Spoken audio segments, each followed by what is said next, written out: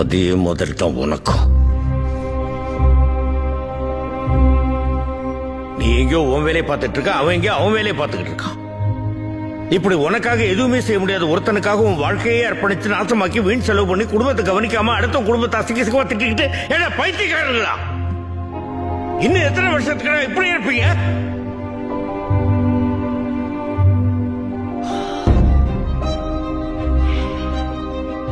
நாம இப்படி இருக்கிறதுக்கு என்ன காரணம் தெரியுமா? அடிமைத்தனம். நமக்கு எப்பவுமே எவனுக்காவது அடிமையா இருக்கணும்.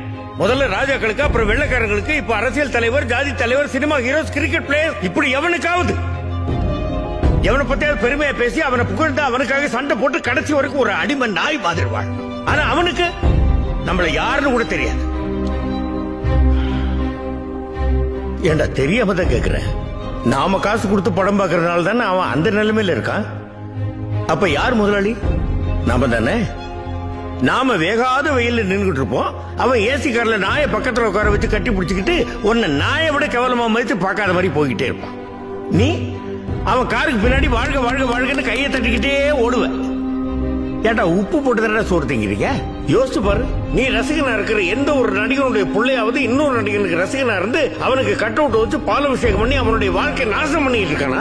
அவன் அடிச்சு சம்பாதிச்ச கார் பங்களான்னு போயிட்டு தான் இருக்கான். ஆனா நீ ஒரு நாள் மழை பெஞ்சா கூட வீட்டுக்குள்ள தண்ணி வந்து இருக்கிறதுக்கு இடம் இல்லாம நடுத்தரில் வந்து நிப்ப.